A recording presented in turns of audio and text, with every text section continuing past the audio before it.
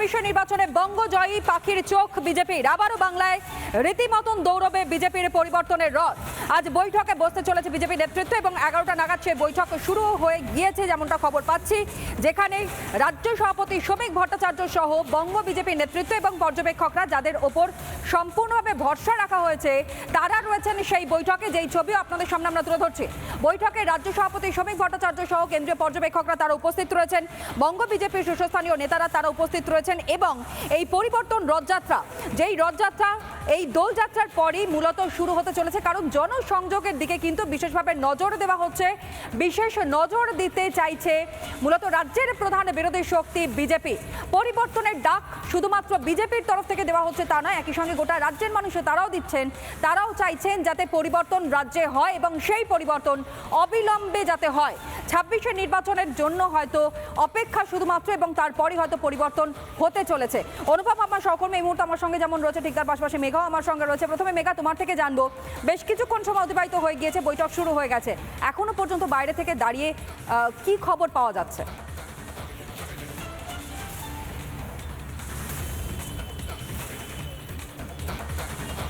একেবারে বৈঠক শুরু হয়ে গিয়েছে, যেখানে বঙ্গ বিজেপির শীর্ষ নেতৃত্বরা একদিকে রয়েছেন, অন্যদিকে ভূপেন্দ্র যাদব তিনি এসে উপস্থিত হয়েছেন মঞ্চে। পাশাপাশি তোমাকে জানিয়ে রাখবো, শীর্ষ নেতৃত্বদের মধ্যে বিজেপির রাজ্য সভাপতি শ্রমিক ভট্টাচার্য তিনি রয়েছেন এবং অন্যান্য বিধায়কেরা তারা এই মুহূর্তে এসে উপস্থিত হয়েছেন। মূলত তোমাকে জানিয়ে রাখি, পশ্চিমবাংলায় বিধানসভা কেন্দ্রগুলির মধ্যে 10টি ভাগে ভাগ করা হয়েছে, যেখানে কলকাতা মহানগর, শিলিগুড়ি, মালদা, পুরুলিয়া, উত্তর 24 পরগনা, দক্ষিণ 24 পরগনা, বর্ধমান একাধিক ভাগে ভাগ করা হয়েছে। এই 10টি ভাগে ভাগ করা হয়েছে, যার মধ্যে 5টা জোন থাকছে। 5টা জোনের মধ্যে 10টা ভাগে ভাগ করা হয়েছে। আমি আরেকটু ডিটেলসে বলি, রাঢ়বঙ্গ, উত্তরবঙ্গ, নবদ্বীপ, কলকাতা, হাওড়া, হুগলি, মেদিনীপুরকে একটা জোনের মধ্যে রাখা হয়েছে। অর্থাৎ টোটাল 5টা জোন করা হয়েছে এবং তার মধ্যে 10টা ভাগে ভাগ করা হয়েছে, যেখানে যখন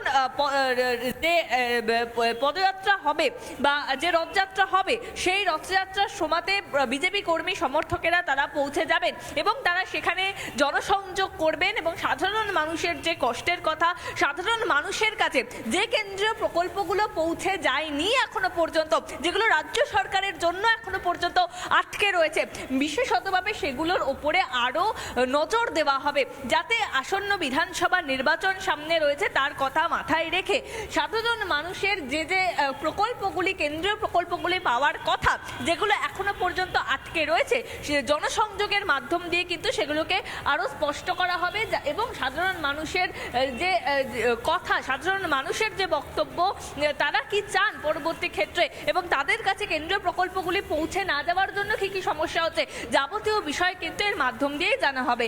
এবং আজকে আমরা বিভিন্ন বিধায়করা তারা ভেতরে ঢুকছিলেন, তখন তারা বলছিলেন যে যদি রথ বিভিন্ন জায়গায় পৌঁছে নাও যেতে পারে, সেক্ষেত্রে তাদের মানুষ অর্থাৎ বিজেপি কর্মী সমর্থকেরা। একটা বিষয় স্পষ্ট, তুমিও থাকো আমাদের সঙ্গে, অনুপম আমার সঙ্গে রয়েছে, প্রত্যেকটা মুহূর্তে লেটেস্ট আপডেটগুলো তোমাদের মধ্য দিয়ে আমরা তুলে ধরবার চেষ্টা করছি। কিন্তু এই যে বৈঠক, সেই বৈঠক নিয়ে বিজেপির তরফ থেকে মূলত কি বলা হচ্ছে? একদিকে সুকান্ত মজুমদার, অন্যদিকে অর্চনা মজুমদার, তারা কি বলছেন শোনাই। আমাদের রথযাত্রা বলতে বিজেপির জনসংযোগ যাত্রা বা পরিবর্তন যাত্রা, সেই পরিবর্তন যাত্রার প্রথাগত ঘোষণা উপযুক্ত সময়ে হবে, আপনারা অপেক্ষা করুন। তার আগে আমরা 9টি বিভাগ যে আমাদের আছে, 9টি বিভাগে 10টি বিভাগ আছে, 9টি বিভাগে 9টি আমাদের সভা হবে।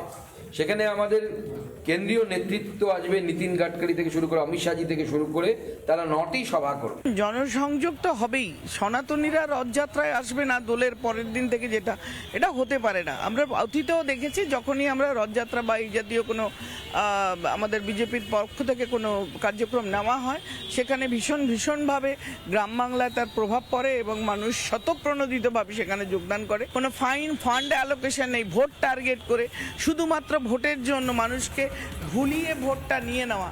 তার থেকে আমাদের যে আত্মনির্ভরতা, পশ্চিমবঙ্গের উন্নয়ন এবং মানুষের উন্নয়ন এবং পশ্চিমবঙ্গকে দায় মুক্ত করে আগামী দিনে একটা সোনার বাংলা গড়ার অর্থাৎ আগামী দিনে পশ্চিমবঙ্গ এবং পশ্চিমবঙ্গের মানুষের সার্বিক উন্নতির কথাই ভাবছে বিজেপি এবং সেই সার্বিক উন্নতির লক্ষ্যেই মূলত যেই পদক্ষেপগুলো নেবার দরকার সেই পদক্ষেপ নিয়েই আলোচনা। একই সঙ্গে জনসংযোগের মধ্য দিয়ে সাধারণ মানুষের কি ভাবনা চিন্তা রয়েছে তাদের কাছ থেকেই জেনে নেওয়ার চেষ্টা করছেন মূলত রাজ্য বিজেপি নেতৃত্ব। ইতিমধ্যে সেই বৈঠকের ছবিও আপনাদের সামনে আমরা তুলে ধরেছি।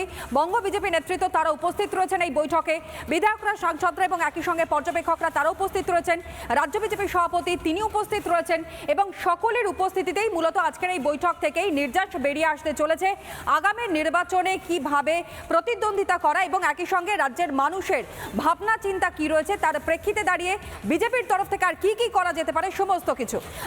নানা ধরনের কন্টেন্ট দেখার জন্য লাইক করুন, শেয়ার করুন আমাদের ফেসবুক পেজ, সাবস্ক্রাইব করুন আমাদের ইউটিউব চ্যানেল। পাশাপাশি অন্যান্য ব্রেকিং নিউজের জন্য অবশ্যই চোখ রাখুন রিপাবলিক বাংলায়।